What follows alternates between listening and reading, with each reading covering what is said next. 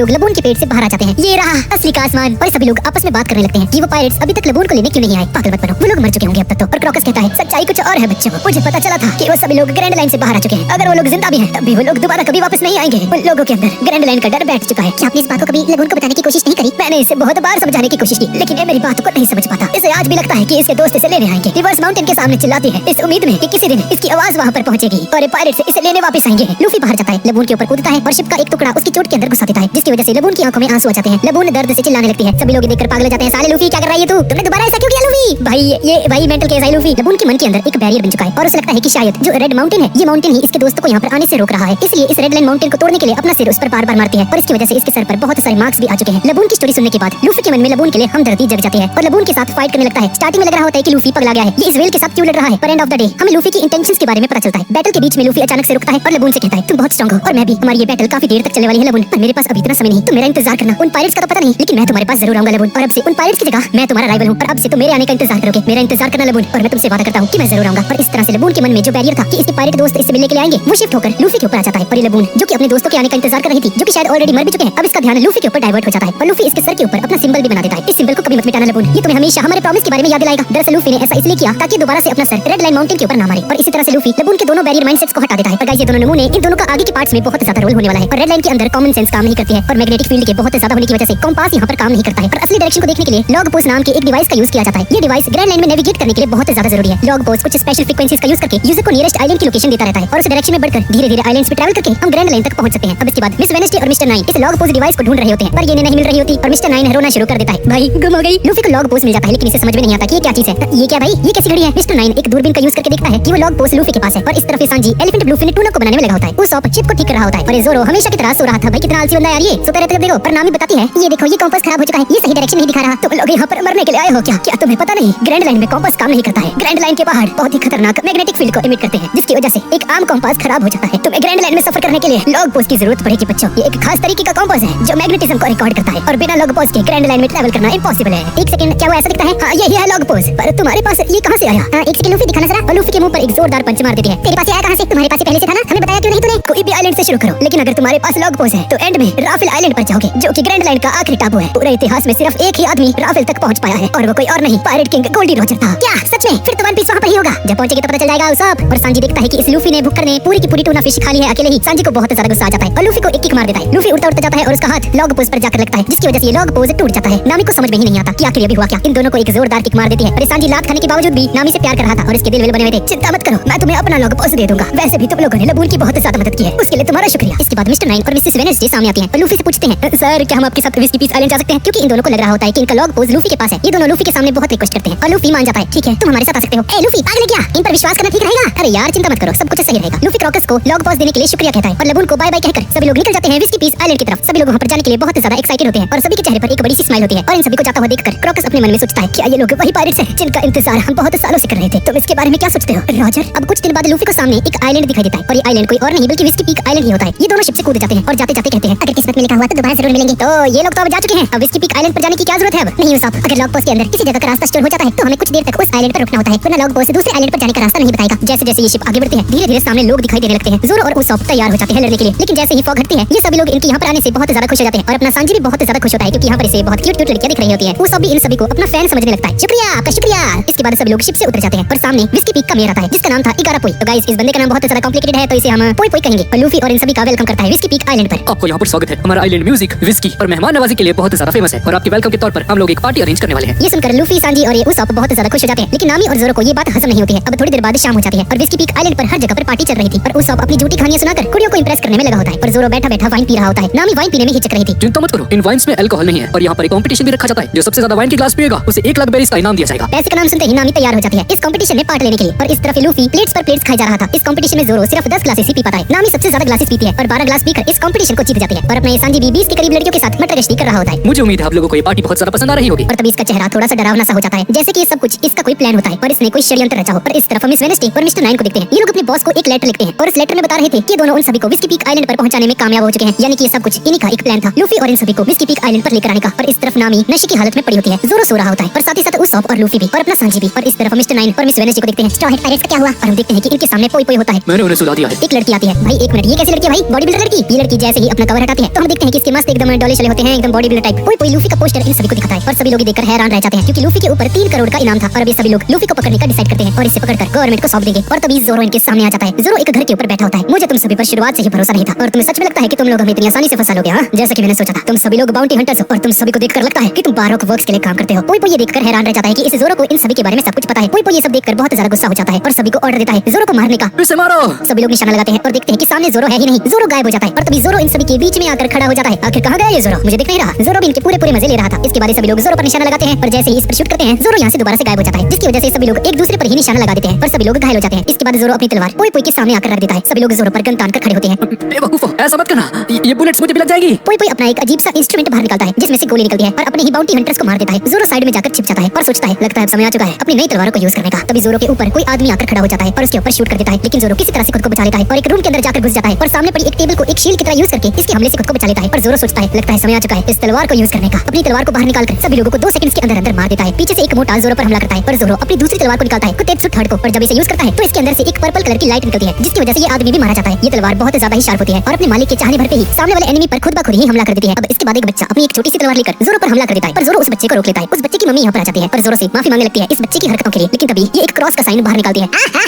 Merciful Lord blinding powder. इस cross के अंदर से अंधा करने वाला एक पाउडर बाहर निकलता है। ये चीप ट्रिक्स सिर्फ नाजुक दिल वालों पर काम करेगी, मेरे जैसे पत्थर दिल पर नहीं। और जोरो उस मदर और उसके बेटे को मार देता है और तभी कुछ और लोग जोरो पर हमला करने के लिए आगे बढ़ते हैं। पर जिस सीढ़ी से ये लोग चढ़ रहे थे ऊपर जोरो पर हमला करने के लिए, जोरो उस सीढ़ी को ही हिलाने लगता है। अरे बंदा बेचारा रो ही गया था, मेरी मदद करो प्लीज। जोरो उस सीढ़ी को गिरा देता है और तभी यही बॉडी बिल्डर दीदी यहाँ पर आ जाती है और इस बंदे का नाम है या बंदे का नाम है मिस मंडे। और मिस मंडे जोरो का गला पकड़ लेती है, जोरो को उठाकर जमीन पर पटक देती है और उसके मुंह पर एक जोरदार पंच मारती है जिसका इंपैक्ट इतना ज्यादा था कि पूरा फ्लोर ही टूट जाता है। लेकिन तभी जोरो उठकर खड़ा हो जाता है। हाँ, क्या दिक्कत है तुम्हें मर्दाना औरत? हाँ। और मिस मंडे को बेहोश कर नीचे गिरा देता है। जोरो के सर पर चोट लग जाती है और तभी पोई भी यहाँ पर आ जाता है और इसे लगता है कि नेवी से गलती हो चुकी है। वो वांटेड वाला पोस्टर लूफी के लिए नहीं बल्कि जोरो के लिए होगा, क्योंकि जोरो हद से ज्यादा खतरनाक है। मिस्टर 9 बोलता है शायद तुम्हें ये बात पता होगी, बारॉक वर्क्स में जितने भी ताकतवर लोग होते हैं उन्हें एक नंबर दिया जाता है और जिसका नंबर जितना ज्यादा छोटा होता है वो उतना ही ज्यादा खतरनाक। और एंड में बॉस आता है जिसका लेवल 0 है और इस पोई का नंबर 8 है। मिस वेडनेसडे कारो नाम के एक किसी क्रीचर को बुलाने लगती है जो कि एक डक है। मिस वेडनेसडे इसके ऊपर बैठती है और इसे ऑर्डर देती है जल्दी उस आदमी के पास चलो। पर डक यहीं पर बैठ जाती है। तुझे बैठने को किसने कहा? हाँ। तब मिस्टर 9 जोरो पर हमला करने लगता है, लेकिन जोरो इसे बिल्डिंग से नीचे फेंक देता है। मिस वेडनेसडे अपने ऊपर एक परफ्यूम छिड़कती है और जोरो को सेड्यूस करने की कोशिश करती है। जोरो पर यह हमला काम करने लगता है। कारो के ऊपर चढ़कर जोरो पर एक और अटैक यूज करने लगती है, लेकिन तभी कारो यहाँ से नीचे गिर जाता है। तभी जोरो के ऊपर मिस्टर 8 हमला कर देता है। मिस्टर 9 आता है और जोरो के हाथ को पकड़ लेता है। मिस वेडनेसडे लूफी को लेकर यहाँ पर आ जाती है पर लूफी घोड़े बेचकर सो रहा होता है। इसे कोई मतलब नहीं है भाई, अगर तुमने कोई भी चालाकी करने की कोशिश की तो मैं तुम्हारे दोस्त को मार डालूंगी। मिस्टर 8 जोरो पर हमला करता है, लेकिन तभी जोरो उस चेन को खींचता है और मिस्टर 9 को हवा में उड़ा देता है, जिसकी वजह से पोई की सारी बुलेट्स मिस्टर 9 को जाकर लग जाती हैं। ये देखकर सभी लोग यहाँ से डरकर भागने लगते हैं और तभी 2 जानवर इनके सामने आ जाते हैं जिन्हें ये सभी लोग द अनलकीज कहते हैं। तभी एक जोरदार धमाका होता है। एक लड़का और एक लड़की यहाँ पर आ जाते हैं, जिसमें से इस लड़के का नाम था मिस्टर 5 और इस लड़की का मिस वैलेंटाइन। पोई इनसे मदद मांगता है क्योंकि ये दोनों भी बारॉक वर्क्स के लिए काम करते हैं, लेकिन ये लोग इसकी हेल्प करने से साफ मना कर देते हैं क्योंकि इन्हें पता चल चुका था कि मिस वेडनेसडे कोई आम लड़की नहीं है, अलाबास्ता किंगडम की राजकुमारी है और इसका रियल नेम मिस वीवी है। नामी भी ये सारी बातें सुन रही होती है। पोई उठता है और मिस्टर 5 और मिस वैलेंटाइन पर हमला कर देता है, पर इस हमले से इन्हें कुछ भी फर्क नहीं पड़ता है। तभी मिस्टर 5 अपना अटैक यूज करता है, जिसकी वजह से पोई बुरी तरह से घायल हो जाता है।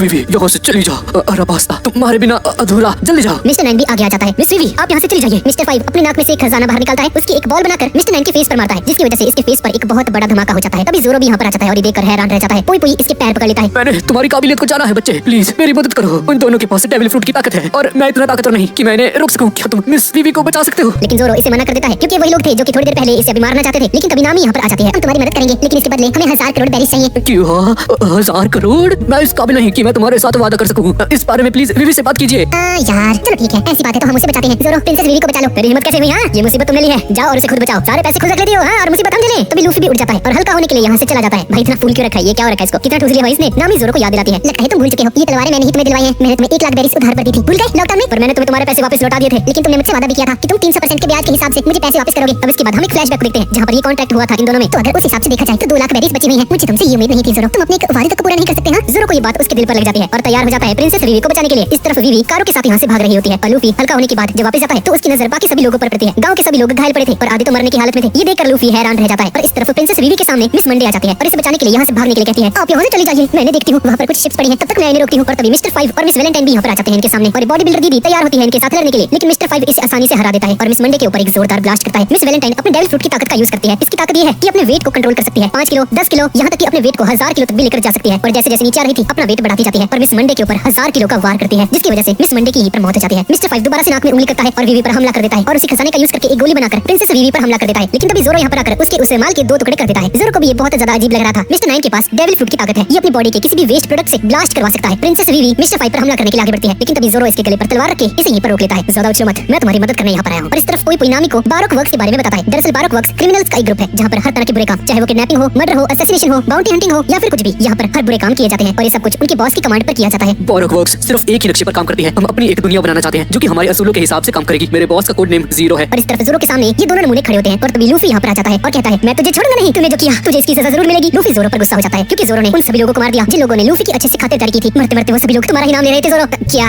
ये क्या बके जा रहे हो? पहले मेरी बात तो सुनो। वो सब के सब बाउंटी हंटर, लेकिन लूफी जोरो की एक नहीं सुनता है और जोरो के ऊपर एक के बाद एक लगातार जानलेवा हमले करना शुरू कर देता है। और तभी जोरो लूफी को एक लात मारता है और लूफी इन दोनों नमूनों के साथ एक रूम के अंदर चला जाता है। मिस्टर 5 को गुस्सा आता है और इसके ऊपर एक ब्लास्ट कर देता है, लेकिन जैसे ही धूल लगती है तो हम देखते हैं कि लूफी मिस्टर 5 को पकड़ कर लेकर आ रहा था और उस धमाके की वजह से लूफी की सारी गैसें निकल जाती है और लूफी दोबारा से पतला हो जाता है। लेकिन लूफी अभी भी जोरो पर गुस्सा कर रहा था और जोरो भी अब सीरियस हो जाता है और लूफी पर हमला करने के लिए आगे बढ़ता है। भाई क्यों लड़ रहे हैं दोनों आपस में? और इसकी पहली मूव ओनिगिरी होती है। ये दोनों आपस में लड़ने लगते हैं। तेरी जुबान बहुत ज्यादा चलने लगी है जोरो, मेरे हाथ भी बहुत ज्यादा चलते हैं। मेरी पावर्स को मत भूलो, मुझे याद रखने की जरूरत भी नहीं है। मारा जाएगा जोरो तो अपनी सोच, इतना गरुड़ ठीक नहीं है जोरो। सर पर कफन बांधने वाले मौत से कभी नहीं डरा करते। पर फाइनली इन दोनों के बीच में खतरनाक लड़ाई होनी शुरू हो जाती है और तब ये दोनों पीछे से आते हैं और जोरो पर हमला करने जा रहे होते हैं। तभी जोरो और लूफी साथ में कहते हैं हमें परेशान करना बंद करो। और जोरो और लूफी एक ही मूव में इन दोनों को खत्म कर देते हैं। ये देखकर कारो और प्रिंसेस विवी बुरी तरह से डर जाते हैं क्योंकि मिस्टर 5 को हराना कोई आम बात नहीं थी। और फाइनली लूफी और जोरो तैयार हो जाते हैं अपनी आखिरी मूव परफॉर्म करने के लिए। दोनों अपने हाथों में जान भर लेते हैं और एक दूसरे पर पंच मारने वाले होते हैं कि तभी नामी यहाँ पर आ जाती है और इन्हें एक जोरदार मुक्का मार देती है। चलो ये क्या कर रहे हैं यहाँ पे? और जोरो वर्सेस लूफी की फाइट में विनर है नामी। तभी लूफी हंसने लगता है अरे यार जोरो, तुमने मुझे पहले क्यों नहीं बताया? तूने मुझे मौका ही कब दिया? साले लड़ने लग गया मेरे से सीधा। नामी प्रिंसेस विवी से कहती है तो विवी हमने तुम्हें बचा लिया, अब इसके बदले हमें 1000 करोड़ बेरीज चाहिए। तुम्हारा शुक्रिया, मुझे बचाने के लिए तुमने मेरी मदद की है, लेकिन इतनी बड़ी रकम मैं नहीं दे सकती। एक मिनट, तुम तो अरबास्ता की प्रिंसेस हो ना, तो तुम्हारे लिए तो 1 बिलियन कुछ भी नहीं है। एक सेकंड, तुम्हें अरबास्ता किंगडम के बारे में पता है? हाँ, वो जगह बहुत अच्छी हुआ करती थी। क्या मतलब है तुम्हारा करती थी से? अरबास्ता अब एक वॉर के बीच में है, वहाँ के लोग विद्रोह करना शुरू कर चुके हैं। पारक वर्क्स यही लोग इसके लिए जिम्मेदार है। इनका बॉस किसी आइडियल नेशन के बारे में बात करता है और इसका असली मकसद अरबास्ता किंगडम पर राज करना है। भले ही तुम लोग कितने ही ज्यादा ताकतवर क्यों ना हो, लेकिन बॉस के सामने तुम कुछ नहीं। वो समुद्र के 7 वॉर लॉर्ड्स में से एक हुआ करते थे, उनका नाम था क्रोकोडाइल। ये सुनकर शांति हो जाती है और इसे रियलाइज होता है कि इस लड़की ने अपने बॉस का असली नाम रिवील कर दिया है जो कि है क्रोकोडाइल। और अभी सभी लोग मुसीबत में आ चुके हैं और हम देखते हैं कि अनलकीज भी इस बात को सुन चुके थे और ये दोनों चले जाते हैं इस बात को बॉस तक पहुंचाने के लिए। नामी विवी पर बहुत ज्यादा गुस्सा करती है और जोरो और लूफी बहुत ज्यादा एक्साइटेड थे। एक वॉरलॉर्ड जोरो, हम बहुत ही जल्दी क्रोकोडाइल से मिलने वाले हैं यार। क्रोकोडाइल पहले 7 वॉरलॉर्ड्स में से एक था, यानी कि वो मिहॉक जितना ताकतवर होगा। नामी यहाँ से जाने लगती है और तभी अनलकीज के सामने आता है और इस टेडी बियर ने इन तीनों की पिक्चर बना ली है, यानी कि इनके बॉस को अब इनके चेहरे भी पता चल चुके हैं और ये दोनों फाइनली यहाँ से चले जाते हैं। नामी बेचारी डिप्रेशन में चली जाती है, लेकिन तभी पोई पोई यहाँ पर आ जाता है और ये कैसे कपड़े भाई? क्या ये इस बंदे ने विवी की तरह कपड़े पहने हुए थे? इसके पास एक प्लान था। प्रिंसेस विवी, मेरी बातों को ध्यान से सुनिए। मैं विवी के रूप में यहाँ से बाहर जाऊंगा और जितने भी लोग आपके पीछे पड़े हुए हैं वो सभी मेरे पीछे आ जाएंगे, लेकिन इसमें बहुत ज्यादा रिस्क है और इसी दौरान लूफी आपको अलाबास्ता किंगडम लेकर जा सकता है। मिस्टर पोई पोई, क्या क्रोकोडाइल सही में इतना ज्यादा खतरनाक है क्या? हाँ, वो 7 वॉरलॉर्ड्स में से एक है। ये वॉरलॉर्ड्स गवर्नमेंट के लिए काम करते हैं, इसी वजह से उन पर कोई इनाम नहीं लगाया जाता। लेकिन जब वो बंदा एक आम पायरेट था तो उसके ऊपर 8 करोड़ का इनाम था। नामी की आंखों से ये बात सुनकर आंसू निकल जाते हैं। क्या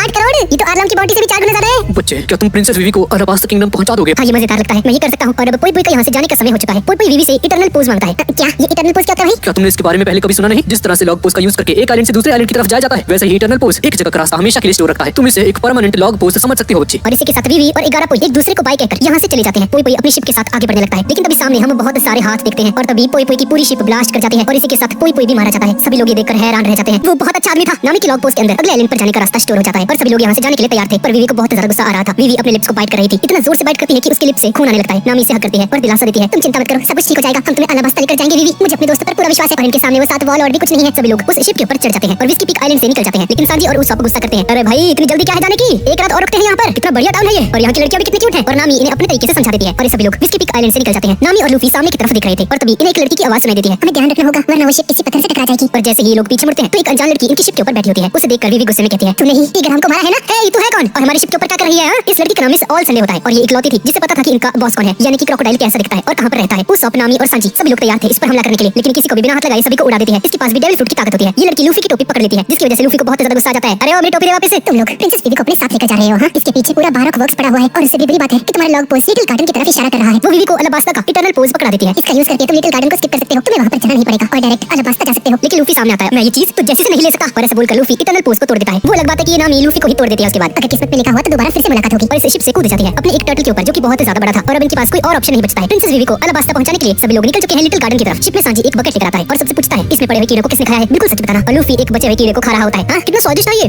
मजा आ गया भाई। उस सब देखकर हैरान हो जाता है कि लूफी कीड़े कैसे खा सकता है भाई, क्या ये बंदा? और इसकी आंखें बाहर आ जाती हैं। तो अब उन मछलियों को कैसे पकड़ूंगा मैं? हाँ, लूफी कारो की तरफ उंगली करते हुए कहता है ये कब काम आएगा भाई? और सभी लोग कारो के पीछे पड़ जाते हैं। अरे यार बस भी करो अब। विवी ये सोचकर हैरान थी कि लूफी जैसे एक बंदे के ऊपर 3 करोड़ का इनाम है, चाहे लूफी कैसा भी हो, पर इसने बहुत सारे खतरनाक विलेंस को मारा है जैसे आर्लोंग, डॉन क्रीक और कैप्टन कुरो। लगता है तुम किसी को भूल रहे हो ना, मैं एक्स-मैन मॉर्गन को भी। लूफी को मॉर्गन के बारे में सुनकर अपने एक दोस्त जिसका नाम कोबी है, जिसकी हमने इस सीरीज के पहले पार्ट में देखा था, उसकी याद आती है। पता नहीं इस वक्त वो कहां पर होगा। और तभी हम नेवी की एक शिप को देखते हैं जहां पर हर तरफ फूल बरस रहे थे। सामने एक आदमी खड़ा था जो कि कोई और नहीं बल्कि कोबी ही होता है और अभी बंदा नेवी का एक बहुत बड़ा ऑफिसर बन चुका है और इसके मन में लूफी के लिए अभी भी बहुत ज्यादा रिस्पेक्ट है और सोचता है अगर मैं लूफी से नहीं मिला होता तो शायद मैं आज इस मुकाम पर नहीं होता। और तभी सामने से बहुत बड़ी लहरें उठती हैं और कैप्टन मॉर्गन सामने आता है। उसे देखकर कोबी बुरी तरह से डर जाता है, लेकिन तभी एक बहुत बड़ा लूफी सामने आता है और कैप्टन मॉर्गन को घुमा कर हवा में उड़ा देता है। एक और बार लूफी भैया ने मेरी जान बचा ली, लेकिन तभी कोबी का ये सपना टूट जाता है। हाँ भाई, ये सारा कुछ एक सपना था और इसकी नींद खुल जाती है। और असलियत में ये कोबी अभी भी नेवी के लिए बस साफ सफाई का ही काम कर रहा होता है। यहाँ तक कि कैप्टन मॉर्गन का बेटा जिसका नाम हेलमेट पसंद था, ये बंदा भी एक स्वीपर की जॉब कर रहा होता है। ये दोनों बिल्डिंग की छत के ऊपर जाते हैं और ये बंदा सोच रहा होता है कितनी बकवास लाइफ है। वो भी क्या टाइम था जब मैं अपनी ऐशो आराम की जिंदगी जिया करता था। सभी लोग मेरे आगे झुके रहा करते थे। सब कुछ उस स्ट्रॉ हेड की वजह से हुआ है। मैं उसे छोड़ूंगा नहीं, ना वो मेरे पापा को मारता और ना मुझे ऐसी मुश्किल जिंदगी जीनी पड़ती। ये सब उसी की गलती है। लूफी भैया को दोष देना कोई अच्छी बात नहीं है। ये सब कुछ तुम्हारे पापा की गलती है। और वैसे भी कब तक अपने पापा की कैश पर ऐश करते रहोगे? हाँ, मेरा एक सपना है एक बहुत बड़ा नेवी का ऑफिसर बनना और इस दुनिया से सभी बुरे लोगों को खत्म कर देना। तो अपने आप को समझता क्या है? हाँ, एक नेवी ऑफिसर बनना आसान बात है क्या? मुझे पता है ये मुश्किल है, लेकिन मैंने भी लूफी भैया की तरह अपना मन बना लिया है। अगर मैं इस सफर में मर भी गया तो मुझे कोई फर्क नहीं पड़ेगा। ये क्या फालतू की बातें हैं? वो लूफी किसी काम का नहीं। कोबी लूफी की इंसल्ट सहन नहीं कर पाता और ये दोनों फाइट करने लगते हैं। लड़ते लड़ते दोनों छत से नीचे गिर जाते हैं। नीचे एक तोप थी जिसके ऊपर ये दोनों लैंड करते हैं, जिसकी वजह से तोप भी चल जाती है और सामने खड़ी एक बिल्डिंग एक पल में ही तबाह हो जाती है। लूफी और हेलमेट उसी लड़की के घर पर होते हैं जिसको कि हमने सीरीज के पहले पार्ट में देखा था। वही छोटी सी बच्ची को भी ये सारी बातें अपने घर में बता रहा होता है। ये लड़की सामने एक न्यूज़पेपर लेकर आती है जिसमें ये बताया जाता है कि लूफी नाम का एक पायरेट कैप्टन स्मोकर से बचकर निकल चुका है और उसके ऊपर 3 करोड़ की बाउंटी भी है और लूफी जा चुका है ग्रैंड लाइन की तरफ। ये सुनकर कोबी बहुत ज्यादा खुश हो जाता है क्योंकि लूफी अपने सपने की तरफ आगे बढ़ता जा रहा था। इसके बाद हम एक नेवी की शिप को देखते हैं जहां पर कैप्टन मॉर्गन को लेने के लिए नेवी का एक बहुत बड़ा ऑफिसर आने वाला है और ये बंदा वाइस एडमिरल की पोस्ट पर है और ग्रैंड लाइन के हर एक कोने से वाकिफ है। कोबी और हेलमेट अपना काम करने के लिए नीचे चले जाते हैं। हेलमेट कहता है मुझे पता है मेरे पापा ने बहुत बुरे काम किए हैं, लेकिन सच कहूं तो उनके लिए मेरे मन में बहुत ज्यादा इज्जत है। वो मेरे रोल मॉडल थे। ओए कोबी,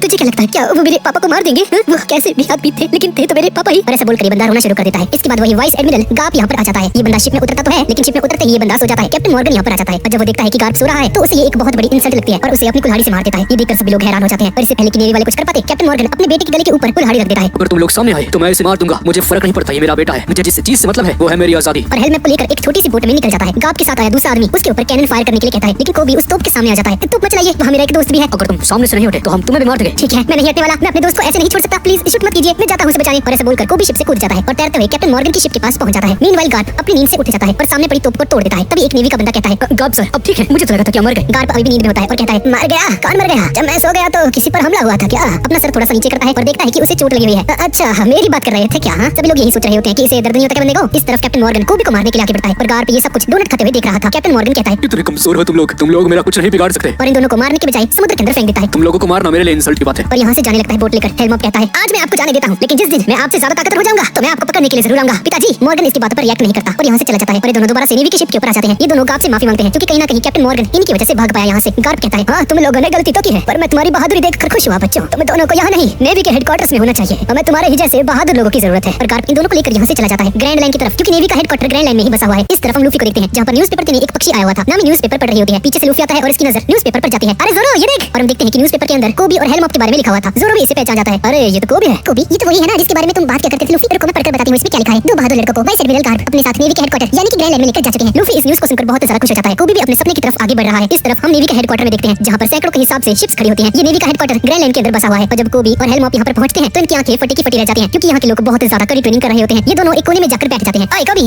क्या हुआ भाई? तुझे नहीं लगता हम यहाँ पर आकर फंस चुके हैं? हाँ? हमें शायद से अगले साल कोशिश करनी चाहिए। वैसे भी अगर हम लोग चले भी गए तो किसी को कोई फर्क नहीं पड़ने वाला। और यहाँ से जाने लगता है, लेकिन तभी कोबी इसे खींचकर अंदर की तरफ लेकर जाता है। आखिर तुम सोच कर रहे हो? हाँ, तुम्हें तो अपने पापा को सरपास करना था ना? हाँ, मैंने कहा तो था, लेकिन अगर मैं वैसे ही ट्रेनिंग करने लगा तो मैं एक ही दिन में मारा जाऊंगा। तुम्हें तो खुश होना चाहिए। अगर तुमने किसी चीज को करने का मन बना लिया है और अगर उसे पाते पाते तुम मर भी जाते हो तो तुम्हें कुछ फर्क नहीं पड़ना चाहिए, बल्कि तुम्हें खुश होना चाहिए। यही बात एक बार लूफी ने भी की थी। तभी गार्प यहाँ पर आ जाता है और दोनों को एक एक पंच मारता है। तुम दोनों की जगह पर कोई भी आ जाएगा। अगर तुम लोगों को यहाँ से भागना है तो भाग सकते हो, हमें तुम्हारी रत्ती भर भी जरूरत नहीं है। और ऐसे बोलकर गार्प यहाँ से जाने लगता है। हम यहाँ से नहीं भागने वाले सर, हम लोग कुछ भी करने को तैयार हैं। प्लीज आप बस हमें ऑर्डर दीजिए, कुछ भी करने को तैयार हो। हाँ, तुमने यही कहा ना? तुम सच में यहाँ पर मरने के लिए आए हो लगता है। और यहाँ से जाने लगता है और अपने ऑफिसर को इन पर नजर रखने के लिए कहता है और दोनों अपने काम पर लग जाते हैं। ये बुढ़ा खुद को समझता क्या है? तभी गार्प यहाँ पर आ जाता है और इसकी आंखें चमक रही होती हैं क्योंकि इस बंदे ने इसकी बात को सुन लिया था और इन दोनों के सर के ऊपर दोबारा से एक पंच मारता है और इनके सिर के ऊपर एक बॉल उड़ जाती है। अब थोड़ी देर बाद रात हो जाती है और ये दोनों अपने रूम में सोने की तैयारी कर रहे थे। मैं तंग आ चुका हूँ ऐसी जिंदगी से, यहाँ से भाग भी नहीं सकता और कुछ कर भी नहीं सकता। अब मेरे पास एक ही चारा बचा है, अपनी ऐशो आराम वाली जिंदगी को वापस लेकर आने का। मुझे नेवी का कोई इंपॉर्टेंट आदमी बनना पड़ेगा। इसके अलावा मेरे पास और कोई चारा नहीं। सिर्फ नौकर वाले काम करके मैं एक बड़ा नेवी ऑफिसर कभी नहीं बन पाऊंगा, इसलिए मैं ट्रेनिंग करने जा रहा हूँ। अब से मैं दिन में काम करूंगा और रात को ट्रेनिंग करूंगा। अगर ऐसा करता रहा तो एक दिन जरूर बहुत स्ट्रांग बन जाऊंगा। अगर तुम ऐसा करते रहे तो तुम्हारी बॉडी तुम्हारा साथ नहीं देगी और बिना आराम के तुम मारे जाओगे। अगर तुमने किसी चीज को पाने का निश्चय कर लिया है तो अगर उसके लिए मर भी जाते हो तो तुम्हें उसके लिए कोई अफसोस नहीं होगा। यही कहा था ना तुमने कोबी। कोबी हेलमेट को ऐसे देखकर बहुत ज्यादा शौक हो जाता है। इससे फर्क नहीं पड़ता कि हम लोग ये कर पाएंगे या नहीं, लेकिन हमें ये करना है तो करना ही है। मैं भी तुम्हारे साथ ट्रेनिंग करने जाऊंगा। ये हुई ना बात? चलो देखते हैं सबसे पहले कौन अपनी हिम्मत को हारता है। और ये दोनों ट्रेनिंग करने के लिए चले जाते हैं। ये दोनों सुबह अपना काम करते हैं और रात में ट्रेनिंग करते हैं और अब ये इनका एक रूटीन बन चुका था। इसके बाद नेवी वाले बंदों को देखते हैं जो कि वॉल पर लगे कुछ पोस्टर्स को देख रहे होते हैं और इनका ध्यान लूफी वाले पोस्टर पर जाता है। ये लोग जैसे ही पकड़े जाएंगे इन्हें मार दिया जाएगा। कोबी भी ये सारी बातें बाहर बैठकर सुन रहा होता है। भले ही लूफी पर इनाम लगा हो, लेकिन वो बुरे आदमी नहीं है, वो मेरे दोस्त हैं। अपनी आवाज को धीरे रख, अगर किसी ने सुन लिया तो तुझे मार दिया जाएगा। और तभी हम देखते हैं कि गार्प यहीं पर होता है। तुम लोगों की बातें काफी दिलचस्प हैं, मुझे दोबारा से सुनना है। कौन है तुम्हारा दोस्त? हाँ, तुम दोनों मेरे साथ चलो। और कोबी और हेलमेट को एक जगह पर लेकर जाता है। तुम लोगों ने अभी कहा कि तुम लूफी के दोस्त हो। मुझे हेलमेट के बारे में नहीं पता, लेकिन लूफी और मैं बहुत अच्छे दोस्त हैं सर। इस जगह पर गार्प का एक साथी भी होता है। मुझे लगता है तुम लोगों को पता होगा, हम लोग तुम्हारे जैसे गारो को यहाँ पर नहीं रख सकते। लेकिन अच्छी बात ये है कि ये बात सिर्फ मुझे ही पता है। क्या तुम सच में चाहते हो कि तुम नेवी के ऑफिसर्स बनो? तो बातें बनाना बंद करो और मुझे दिखाओ तुम लोग कितने काबिल हो एक नेवी के ऑफिसर बनने के लिए। कूबी और हेलमॉप अपने कपड़े निकाल लेते हैं और गार्प से लड़ने के लिए तैयार हो जाते हैं। ये दोनों इसे मारने के लिए आगे बढ़ते हैं, लेकिन गार्प इन्हें एक के बाद एक पंचेस मारकर बेहोश कर देता है। ये दोनों बुरी तरह से घायल हो जाते हैं और गार्प यहाँ से जाने लगता है। लेकिन कूबी और हेलमॉप अभी भी हार नहीं मानते हैं। दोनों उठते हुए कहते हैं, हमने डिसाइड कर लिया है, हम नेवी के ऑफिसर्स बनकर ही रहेंगे, चाहे इसके लिए हमें अपनी जान ही क्यों न देनी पड़े।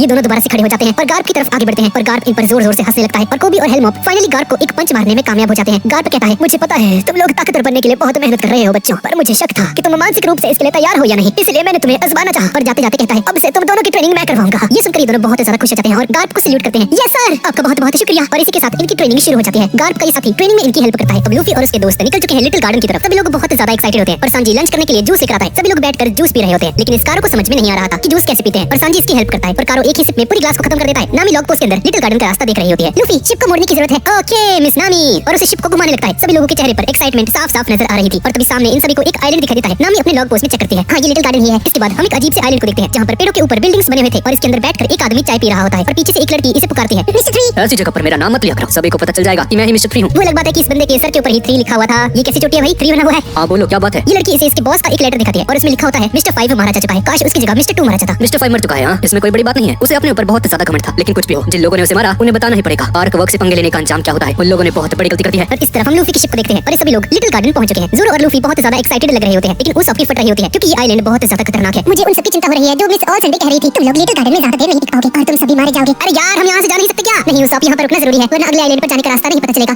गाइस ये सामने तो देखो जरा, सामने एक रास्ता होता है जहाँ से शिप अंदर की तरफ जा सकती थी और ये सभी लोग अंदर जाने लगते हैं। जंगल के अंदर से अजीब आवाजें आ रही होती हैं और नामी ये सुनकर बहुत ज्यादा डर रही थी। डरती हुई कितनी प्यारी लगती है। अच्छा तो तुम्हारा मतलब मुझसे है सांजी, है ना? शुक्रिया शुक्रिया। अबे वो गवार आदमी, मैं नामी की बात कर रहा था। सांजी के पीछे एक बर्ड आती है। सांजी इसके हमले से बच जाता है। ये देखकर सभी लोग हैरान हो जाते हैं कि इतना बड़ा पक्षी कैसे हो सकता है। और हम देखते हैं कि यहाँ पर एक टाइगर होता है। ये टाइगर इस शिप को देखता है और उस शिप के साथ साथ चलने लगता है, दहाड़ता है और नामी और उस बुरी तरह से डर जाते हैं। पर तभी अचानक से ये शेर मिस्टीरियस तरीके से मर जाता है। इस आइलैंड पर कोई भी चीज ठीक से नहीं घट रही थी। लूफी इस आइलैंड पर घूमने का डिसाइड कर लेता है। उस रोते रोते सोच रहा होता है, ये पागल तो नहीं हो गया? लगता है इसका मानसिक संतुलन खराब हो चुका है। क्या मैं भी तुम्हारे साथ चल सकती हूँ लूफी? हाँ क्यों नहीं, आ जाओ तुम हमारे साथ आ सकती हो। अरे लूफी का तो समझ आता है, पर तुम्हारे लिए ये जगह बहुत खतरनाक है लीली। अरे चिंता की कोई बात नहीं है, मेरे साथ कारो भी जा रहा है। कारो ये बात सुनकर बुरी तरह से डर जाता है। लूफी सांजी को लंच पैक करने के लिए बोलता है। सांजी क्या तुम कारो के लिए सुबह वाला जूस बना सकते हो फिर से प्लीज? हाँ जरूर, ये काम मुझ पर छोड़ दो। और अंदर जाकर टिफिन तैयार कर लेता है। लूफी के बैग में लंच रख देता है और कारो के गले में जूस की बोतल टांग देता है। और अब लूफी, प्रिंसेस वीवी और कारो इस आइलैंड पर घूमने के लिए निकल चुके हैं। ज़ोरो भी आलसी अपनी नींद से उठ चुका है। मैं बहुत बोर हो चुका हूँ, मैं जरा टहल कर आता हूँ। और इस शिप से कूद कर जाने लगता है। सांजी इसे रोकता है और कहता है, ज़ोरो शिप के अंदर खाना खत्म हो चुका है, अगर तुझे कुछ खाने को मिलता है तो यहाँ पर लेकर आ जाइए, समझा? हाँ ठीक है समझ गया। मैं इतना बड़ा जानवर लेकर आऊंगा जिसे तो अपनी पूरी जिंदगी तक में नहीं पकड़ पाएगा। तूने कहा तू एक बहुत बड़ा शिकार पकड़ेगा। और सांजी और ज़ोरो एक दूसरे को घूरने लगते हैं और गुस्से की नजरों से देखने लगते हैं। इन दोनों में एक कंपटीशन शुरू हो जाता है कि इन दोनों में से कौन सबसे बड़ा जानवर लेकर आएगा और एक दूसरे के ऑपोजिट डायरेक्शंस में जाने लगते हैं। नामी और उसप सोच रहे होते हैं, अरे यार इनकी दिक्कत क्या है? इस तरफ हम लूफी, कारो और वीवी को देखते हैं और ये सभी देखते हैं कि इस आइलैंड के ऊपर डायनासोर होते हैं। एक डायनासोर, इसका मतलब है कि हम लोग एक प्राचीन आइलैंड पर हैं। इस आइलैंड का समय रुक चुका है, हम डायनासोर वाली सदी में हैं। हर एक आइलैंड की अपनी एक खूबी है, यहाँ तक कि कुछ ऐसे भी आइलैंड हैं जिसके बारे में कोई सोच भी नहीं सकता है और शायद इसलिए यहाँ पर डायनासोर अभी भी है। खैर लूफी ज्यादा नहीं सुनता और अपने हाथ स्ट्रेच करके डायनासोर के गले पर चला जाता है। इस तरफ हम सांजी को देखते हैं जिसके सामने भी एक डायनासोर आ चुका है। उसकी तरफ भागता है पर एक ही किक से उसे खत्म कर देता है। और इस तरफ ज़ोरो के सामने 3 सींग वाला राइनो होता है। तुम्हारे पास भी 3 तलवारें हैं, मुकाबला बिल्कुल बराबरी का होने वाला है। और ज़ोरो इसे एक ही झटके में मार देता है। सामने जंगल की जमीन हिल रही होती है और बहुत अजीब आवाजें आ रही होती हैं और हम एक क्रीचर को देखते हैं जिसके बहुत बड़े पैर होते हैं और इसका शरीर बहुत ज्यादा बड़ा होता है और एक क्रीचर गोइंग मैरी की तरफ आ रहा है। और नामी और उसप उस क्रीचर को देखकर हक्के बक्के रह जाते हैं। दोनों को अपनी मौत अपने सामने दिखाई देती है और हम देखते हैं कि अजीब सा क्रीचर एक जायंट है। और नामी और उसप से पूछता है, तुम्हारे पास दारू है क्या? नहीं सर जी हमारे पास नहीं है, लेकिन फिर भी मैं आपके लिए लेकर आती हूँ अभी। उसकी दहाड़ सुनकर नामी और उसप का रोना निकल जाता है। पर ये जायंट इन पर गुस्सा नहीं करता है, बल्कि एक डायनासोर इस जायंट को काट रहा होता है और ये जायंट इस डायनासोर का गला काट लेता है। मेरा नाम है ब्रॉगी, एल्बाफ का सबसे स्ट्रॉन्गेस्ट योद्धा। ये देखकर नामी और उसप और भी ज्यादा रोने लगते हैं। भाई फाउंटेन आ रही है इनकी आंखों में से। क्योंकि मेरे पास मीट भी है, आ जाओ मैं तुम्हें पार्टी देता हूँ। नामी और उसप मरने की एक्टिंग करने लगते हैं पर ब्रॉगी को समझ में नहीं आता कि आखिर इन्हें हो क्या भाई। इस तरफ लूफी डायनासोर के ऊपर खेले जा रहा था और मजे करते हुए एक डायनासोर से दूसरे डायनासोर पर जंप करता जा रहा था। डायनासोर की गर्दन को एक स्लाइड की तरह यूज करके खेल रहा होता है और ऐसे ही खेलते खेलते एक डायनासोर के ऊपर लैंड करता है जो कि बहुत ज्यादा खतरनाक था। ये डायनासोर लूफी को हवा में उछालता है और लूफी को खा लेता है। तभी सामने से कोई आता है और उस डायनासोर की गर्दन को काट देता है। लूफी आराम से बाहर निकल जाता है। तभी सामने से एक हाथ आता है और उस हाथ के ऊपर लूफी लैंड करता है। ये हाथ दूसरे एक जायंट का था। मैं तुम्हें कब से देख रहा था, आखिर तुझ जैसा एक इंसान यहाँ पर कर क्या रहा है? हाँ? अरे सर जी आप तो बहुत बड़े हो, क्या आप इंसान हो? मैं और इंसान? मैं हूँ डोरी, एल्बाफ का एक महान योद्धा। और मैं हूँ लूफी, एक पायरेट। तुम एक पायरेट हो? हाँ बहुत खूब, चलो मेरे घर चलते हैं। इस तरफ हम ब्रॉगी को देखते हैं जो कि डायनासोर का मीट बना रहा था और नामी और उसप बेहोश होने की एक्टिंग कर रहे थे। यहाँ पर बहुत सारे इंसानों की खोपड़ियां पड़ी होती हैं और उसप को लगता है कि ये ब्रॉगी सभी को मार देता है। जो भी इस आइलैंड पर आता है, उसप हम अपनी मौत का इंतजार नहीं कर सकते, हमें कुछ करना होगा। हाँ चलो यहाँ से भाग चलते करते हैं, भागो। और नामी और उसॉप यहाँ से भागने लगते हैं और तभी इनके सामने एक शेर आ जाता है और इन दोनों के पीछे पड़ जाता है। ये तीनों भागते भागते एक कोने में जाते हैं जहाँ पर एक डायनासोर था। तभी शेर, नामी और उसॉप ये तीनों डायनासोर से बचकर भागने लगते हैं और तभी इन सभी के सामने ब्रॉगी आ जाता है, जिसे देख ये डायनासोर यहाँ से गायब हो जाता है। अब नामी और उसॉप को सच में उनकी मौत सामने नजर आ रही थी। लगता है हमारी किस्मत ही खराब है नामी, अब हमें कोई नहीं बचा सकता। तो तुम लोग जग चुके हो? हाँ, मैंने तुम्हारे लिए मीट तैयार किया है, तुमने मुझे शराब दी, इसलिए आज से तुम लोग मेरे दोस्त हो। नामी और उसॉप को अपनी जगह पर लेकर जाता है और उस मीट के पीस को नामी और उसॉप के सामने रख देता है। शुक्रिया, पर मुझे भूख नहीं है। शर्माओ मत, खाओ खाओ। नहीं सर, हमें नहीं खाना है। अरे ये बहुत टेस्टी है, मेरी बात मानो। लगता है हमें खा पिलाकर सांड जैसा करना चाहता है, बिल्कुल बलि के बकरे की तरह। उसके बाद हमें मार देगा। ब्रॉगी सर जी, इस आइलैंड पर लॉग पोस्ट स्टोर होने में कितना समय लगता है? ज्यादा नहीं, बस 1 साल। नामी और उसॉप उम्मीदें हारते जा रहे थे। इन्हें 1 साल यहाँ पर रुकना पड़ेगा भाई, कैसे सर्वाइव करेंगे लोग। और इस तरफ लूफी और डोरी दोनों एक दूसरे का मीट खा रहे थे, यानी कि लूफी वो मीट खा रहा था जो कि डोरी ने बनाया है और डोरी वो मीट खा रहा था जो कि सांजी ने बनाया था। डोरी को ये मीट बहुत ज्यादा पसंद आता है ना? स्वादिष्ट है ना? ये मेरे एक स्पेशल कुक ने बनाया है और अगर तुमने गलती से भी कहा कि उसने गंदा बनाया है तो मैं तुम्हारा मुंह तोड़ दूंगा, समझे ना? क्यों कहा तुमने? अरे यार, ये लूफी कहीं पे भी कुछ भी बोल देता है, ये मरवाएगा हमें। खैर, डोरी को ये बात बुरी नहीं लगती है और उसे एक मजाक की तरह लेता है। वैसे तुम यहाँ पर अकेले कर रहे हो बुरे आदमी? यहाँ पर एक गांव है जिसका नाम है एल्बाफ और ये एक योद्धाओं का विलेज है। अगर गांव के किसी 2 आदमियों के बीच में लड़ाई होती है तो दोनों में से कोई भी पीछे नहीं हट सकता। उस लड़ाई का फैसला एल्बाफ के देवता करते हैं और ऐसे ही मैंने एक के साथ पंगे ले लिए हैं और उसके साथ मैं पिछले 100 सालों से लड़ रहा हूँ। इस तरफ हम सांजी और जोरो को देखते हैं जो कि अपने अपने शिकार को पकड़कर एक दूसरे के सामने प्रेजेंट करते हैं। दोनों एक साथ कहते हैं, मैं जीता, मैं जीत गया, तू हारा है। ये दोनों अपने शिकारों का साइज कंपेयर करते हैं और सांजी वाले का साइज थोड़ा सा ज्यादा बड़ा होता है। मेरे वाले में ज्यादा मीट होगा, समझा ना? तो नहीं, मैं जीता हूँ। बात खाने वाले मीट की भी थी और तेरे वाले में तो 5 ग्राम से ज्यादा मीट है ही नहीं है। ये दोनों डिसाइड करते हैं कि दोनों दोबारा से शिकार करने जाएंगे और तभी यहाँ पर एक ज्वालामुखी फट जाता है और इस तरफ डोरी कहता है, मुझे अब जाना होगा। ये बंदा बहुत ज्यादा सीरियस लग रहा होता है और इस तरफ ब्रॉगी भी तैयार था जाने के लिए। आखिर तुम जा कर रहे हो? ये एक सिग्नल है, मुझे अपनी लड़ाई लड़ने के लिए जाना होगा। किसके साथ भाई? कौन सी लड़ाई और क्यों?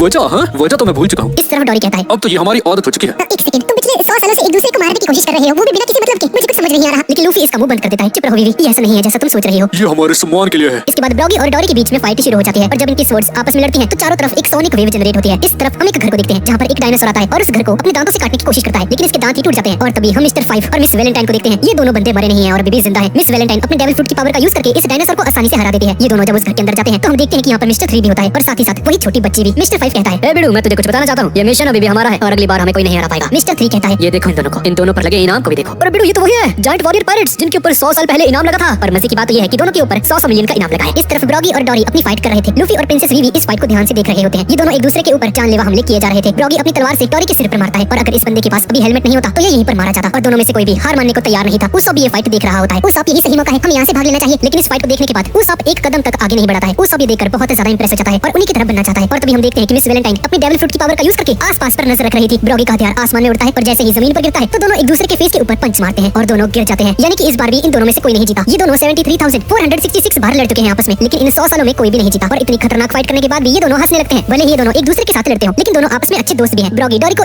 ऑफर करता है और खुशी खुशी डोरी भी उसे ले लेता है। डोरी लूफी के पास जाता है और इसके हाथ में ब्रॉगी की दी हुई शर्ट होती है। अच्छा, तो ब्रॉगी के मेहमान तुम्हारे दोस्त हैं। मैंने भी उस लंबी नाक वाले को देखा और उसके साथ एक औरत भी थी। जी, वो हमारे ही दोस्त हैं। पर सर, क्या सच में यहाँ पर लॉग पोस्ट स्टोर होने के लिए 1 साल लगता है? क्या तुमने इतने सारे इंसानों की खोपड़ी नहीं देखी? जो भी लोग इस आइलैंड पर आए लॉग पोस्ट स्टोर होने से पहले ही मारे गए। कुछ को डायनासोर्स ने खा लिया और कुछ लोग अपनी जिंदगी से हार मान लिए। कुछ लोगों ने हम पर हमला करने के बारे में सोचा लेकिन हमसे लड़ते हुए मारे गए। अरे यार, 1 साल, तब तक तो मैं बोर हो जाऊंगा। इसके अलावा कोई दूसरा रास्ता नहीं है क्या बुढ़े आदमी? हाँ, एक तरीका है, तुम लोग रैंडमली किसी भी दिशा में निकल सकते हो। अगर तुम्हारी किस्मत अच्छी रही तो तुम लोग अराबास्ता पहुंच जाओगे। और इस तरफ हम उसॉप को देखते हैं। सर, मैं आपसे बहुत ज्यादा इंप्रेस हो चुका हूँ। मुझे भी आपकी तरह एक बहादुर योद्धा बनना है ताकि शान से जी पाऊं। तुम इंसानों की उम्र हमसे बहुत कम होती है। अगर हम एल्बाफ के योद्धा बिना अपनी शान को खोए एक योद्धा की तरह शान से मरते हैं तो इससे अच्छी बात हमारे लिए कुछ नहीं है। हमारे लिए हमारी शान ही हमारा खजाना है। तो आपकी शान ही आपका खजाना है। हाँ, ये कितना कूल है। और ब्रॉगी को अपना मास्टर मान लेता है। इस तरफ ब्रॉगी उस शराब को पीने के बाद जब वो अल्कोहल उसके गले में जाती है तो फट जाता है, जिसकी वजह से डोरी जख्मी हो जाता है। बूढ़े आदमी, लगता है ब्रॉगी ने ये सब कुछ किया है लूफी। और तभी ब्रॉगी खड़ा हो जाता है और बहुत ज्यादा गुस्से में आ जाता है। ये तुम लोगों ने किया ना।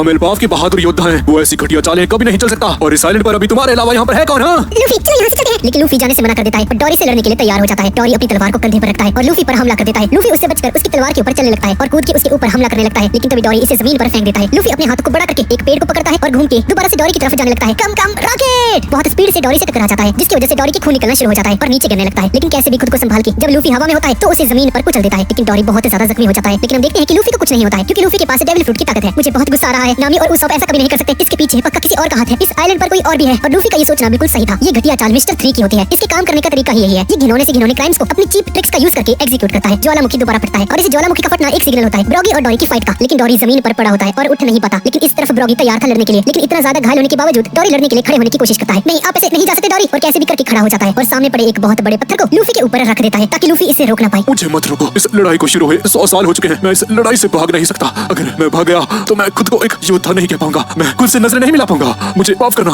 मैंने तुम पर शक किया। शायद ये एल्बाफ के देवता की मर्जी है। ये फालतू की बातें करना बंद करो। तुम्हारी इस फाइट को किसी तीसरे ने खराब किया है। और क्या तुम सच में चाहते हो कि ये लड़ाई किसी तीसरे की वजह से खराब हो जाए? हाँ, तुम चुप हो जाओ। इसके बाद ब्रॉगी और डोरी एक दूसरे के सामने आ जाते हैं। हाँ तो शराब कैसी लगी भाई? बिल्कुल मस्त, जैसे कि ये शराब एल्बाफ के देवता ने दी हो। ये दोनों लड़ना शुरू कर देते हैं। तुम कमजोर लग रहे हो, क्या तुमने आराम नहीं किया? कमजोर और मैं, ये तुम्हारे मन का वहम होगा। इन दोनों की शील्ड्स आपस में लड़ती हैं। दोनों एक दूसरे पर एक के बाद एक जानलेवा हमले किए जा रहे थे, लेकिन डोरी अच्छे से लड़ नहीं पा रहा था। इस तरफ हम कारो को देखते हैं और आराम से बैठकर जंगल में जूस पी रहा था। लेकिन तभी मिस्टर 5 और मिस वैलेंटाइन यहाँ पर आ जाते हैं। ये देखकर कारो बुरी तरह से डर जाता है। कारो यहाँ से भागने लगता है। और इस तरफ हम जोरो को देखते हैं जिसने एक बहुत बड़े राइनो का शिकार किया है पर जंगल में खो जाता है। और तभी से यहाँ पर नामी दिखती है और उसके पास जाने लगता है। और इस तरफ हम असली वाली नामी को देखते हैं। नामी के साथ उस भी होता है और इन दोनों के पीछे एक डायनासोर पड़ा हुआ है। नामी को लूफी नजर आता है और जैसे ही उसके पास जाने लगती है तो जोर से चिल्लाती है। नामी की आवाज सुनकर उस भी वहीं पर रुक जाता है और उसे लगता है कि नामी को डायनासोर ने खा लिया है और डरा डरा लूफी को खोजने लगता है। उस एक पत्थर से टकराता है और रेंगते रेंगते लूफी के पास आ जाता है। लूफी, एक बुरी खबर है, लगता है नामी को डायनासोर खा गए। क्या सच्ची? क्या तुमने इस डायनासोर को नामी को खाते हुए देखा? इससे क्या फर्क पड़ता है? डायनासोर नहीं तो किसी दूसरे जानवर ने उसे खा लिया है। नामी बहुत जोर से चिल्लाई थी। मुझे लगता है इसके पीछे बारक वर्क का काम है। वो पक्का नामी को पकड़ना चाहते थे, इसलिए उस पर हमला किया। और मुझे लगता है कि उस बम के पीछे भी बारक वर्क का ही काम है। उस सबको समझ में नहीं आता कि लोग किस बम की बात कर रहे थे और वीवी इसे सारी बातें बताती है। क्या वो शराब का बैरल उसके गले में फट गया? ब्रॉगी और डोरी की फाइट अब खत्म होने ही वाली थी और हम देखते हैं कि मिस्टर 3 भी यहाँ पर होता है और डोरी के पैरों के नीचे कोई अजीब सी चीज होती है जिसके ऊपर वो फिसल जाता है। ब्रॉगी डोरी को गिरता हुआ देखकर उस पर हमला कर देता है और ब्रॉगी इस फाइट को जीत जाता है। काफी लंबी लड़ाई थी ये। 73,466 ड्रॉज के बाद आखिरकार ब्रॉगी इस फाइट को जीत जाता है। डोरी की आंखें बंद हो जाती हैं और जमीन पर गिर जाता है। ये देखकर लूफी बहुत ज्यादा गुस्सा हो जाता है और अपना सर जमीन पर मारने लगता है। ये किसने किया? तब है तो सामने आओ। इसकी आवाज पूरे जंगल में गूंज रही थी। ब्रॉगी डोरी की बॉडी के सामने खड़ा था। इसकी आंखों में आंसू थे। 73,467 फाइट्स और एक जीत, मैं जीत गया। और तभी ब्रॉगी को पीछे से हंसने की आवाज आती है और जैसे ही पीछे मुड़कर देखता है तो मिस्टर 3 यहाँ पर बैठा हुआ था। तुम अपनी जीत को लेकर काफी खुश लग रहे हो। खैर ये तो होना ही था। ये खुशी के आंसू हैं। तुम हमारे बारे में जानते ही क्या हो? ब्रॉगी अपनी जीत को लेकर बहुत खुश होता है लेकिन एक तरफ दुखी भी था क्योंकि इसने अपने दोस्त को खो दिया है। लेकिन इससे भी बुरी बात यह है कि मिस्टर 3 ने अपनी डेविल फ्रूट की पावर का यूज करके ब्रॉगी के पैरों को वैक्स के अंदर फंसा दिया है। इस तरफ हम लूफी को देखते हैं और इसके सामने मिस वैलेंटाइन और मिस्टर 5 यहाँ पर आ जाते हैं। मिस्टर 5 ने कारो को पकड़ा हुआ था और उसे फेंक देता है। वीवी कारो के पास जाती है। कारो ने तुम्हारा क्या बिगाड़ा था? इस बतख से तो हमें मतलब भी नहीं था। हमने इससे सिर्फ पूछा कि स्ट्रॉ हेडमैन कहाँ पर मिलेगा, लेकिन ये बहुत जिद्दी था। ये बार बार हमें बताने से मना कर रहा था और जैसा कि तुम लोग देख सकते हो हमने इससे बहुत प्यार से पूछताछ की थी। अगर लूफी की आवाज अभी नहीं आती तो शायद इस बतख को हम लोग मार चुके होते हैं। उस सबको ये सारी बातें सुनकर बहुत गुस्सा आ रहा होता है और मिस्टर 5 के ऊपर हमला कर देता है पर उस धमाके से मिस्टर 5 को कुछ नहीं होता। नोज फैंसी कैनन। और मिस्टर 5 अपने नाक से खजाना निकालकर उस सब पर हमला करता है और उस सब बहुत ज्यादा जख्मी हो जाता है। वीवी भी उस पर हमला करने के लिए आगे बढ़ती है लेकिन मिस्टर 5 के सामने नहीं टिक पाती। मिस्टर 5 इसका गला पकड़ के इसे हवा में उठा देता है। तुम्हें नाराज होने की कोई जरूरत नहीं है, मैं अभी तुम्हें नहीं मारने वाला। इसके बाद हम देखते हैं कि ब्रॉगी नीचे जमीन पर गिर जाता है और इस तरफ मिस वैलेंटाइन ने प्रिंसेस वीवी को पकड़ लिया है और लूफी की हालत बहुत ज्यादा खराब होती है और इसकी हालत मिस्टर 5 ने की है। तुम जैसे बच्चे को बारक वर्क से पंगा नहीं लेना चाहिए। यहाँ तक कि हमने तुम्हारे उस तलवारबाज दोस्त को भी पकड़ लिया है। तुमने जोरो को पकड़ लिया? तो फिर तो तुम्हें अपनी फिक्र करनी चाहिए। बहुत बड़ी बातें करते हो तुम लड़के। तुम मेरे हमले से बच कैसे गए? तुम मुझे ऐसी घटिया चालों से नहीं हरा सकते। और उसके जूते पर थूक देता है लूफी। मिस्टर 5 को देखकर बहुत ज्यादा गुस्सा आ जाता है और लूफी पर लाते मारने लगता है। उसकी हर एक किक के साथ एक धमाका हो रहा था जिसकी वजह से लूफी की हालत बहुत ज्यादा खराब हो जाती है। मिस्टर 5 लूफी को छोड़कर प्रिंसेस वीवी को लेकर यहाँ से चला जाता है और हम देखते हैं कि ब्रॉगी नीचे जमीन पर पड़ा हुआ है और मिस्टर 3 उस पर हंसे जा रहा है। भले ही तुम जायंट्स का साइज बहुत ज्यादा बड़ा होता है लेकिन फिर भी तुम मेरे सामने कुछ नहीं। वैसे भी तुम्हें तो खुश होना चाहिए। तुम्हारी सालों की लड़ाई का विजेता तुम ही बने हो, भले ही वो जीत किसी की मदद से ही क्यों न मिली हो। क्या मैं कुछ गलत कह रहा हूँ? ये सुनकर ब्रॉगी समझ जाता है कि आखिर क्यों डोरी इतनी आसानी से इससे हार गया। ये सब कुछ मिस्टर 3 की ही चाल थी। उस अल्कोहल के बैरल को एक्सप्लोड करवाया था और इस तरफ मिस वैलेंटाइन वीवी को पकड़कर मिस्टर 3 के पास लेकर जाती है और मिस्टर 3 अपनी डेविल फ्रूट की पावर का यूज करके वीवी के पैरों को बांध देता है और मिस्टर 5 को ऑर्डर देता है। अब सिर्फ 2 बचे हैं मिस्टर 5, उस तलवारबाज और उस लड़की को यहाँ पर लेकर आओ। आखिरकार डोरी की शराब में बॉम्ब डालने का आइडिया काम कर ही गया। ये सुनकर ब्रॉगी को रियलाइज होता है कि उसी ने वो शराब डोरी को दी थी और यहाँ तक जब उसने पूछा था कि शराब कैसी लगी तब डोरी ने कहा बहुत ही बढ़िया, मानो एल्बाफ के देवता ने भेजी हो। और ब्रॉगी को रियलाइज हो जाता है कि डोरी हद से ज्यादा जख्मी था जब वो इसके साथ लड़ने के लिए आया था और ब्रॉगी ने गलती से उस धमाके वाली शराब को डोरी को दिया था और ये सब कुछ मिस्टर 3 की ही एक चाल थी। इसके बाद मिस्टर 3 एक अजीब सा डांस करने लगता है और इसकी बॉडी से बहुत सारी वैक्स बाहर निकलती है। मिस्टर 3 ने जो डेविल फ्रूट खाया है उसका नाम वैक्स फ्रूट है और इसका यूज करके अपनी बॉडी को वैक्स का बना सकता है और अपनी बॉडी से अनलिमिटेड अमाउंट में वैक्स बाहर निकाल सकता है। एक स्ट्रक्चर बना लेता है। ये एक बहुत बड़ी सी मोमबत्ती थी जिसके ऊपर आग लगी हुई थी और मिस्टर 5 जोरो और नामी को यहाँ पर लेकर आ जाता है। ये देखकर मिस्टर 3 खुश होता है और कहता है मेरी सर्विस सेट पे तुम्हारा स्वागत है। और इसके बाद जोरो, नामी और वीवी को उस मोमबत्ती के ऊपर रख देता है। यहाँ की वैक्स बहुत ज्यादा टाइट थी, कोई भी अपने पैर पर नहीं हिला पा रहा था। जोरो अपनी तलवार से उसे काटने की कोशिश करता है पर जोरो भी अपनी तलवार से इसे नहीं काट पाता और तभी वैक्स की बारिश होने लगती है। मिस्टर 3 का प्लान था कि इन सभी को मोम का पुतला बना देगा। नामी ब्रॉगी से कहती है ब्रॉगी सान आप कुछ करते क्यों नहीं? वो कुछ कर भी नहीं पाएगा। उसे अभी पता चलता है कि वो दोस्त जिससे वो 100 सालों से भी ज्यादा लड़ रहा था वो मेरी वजह से मर चुका है। उसने अपने एक जख्मी दोस्त को मारा है। शायद ये अभी रो रहा होगा क्योंकि अगर ये चाहता तो अपने दोस्त को बचा सकता था। बेचारा।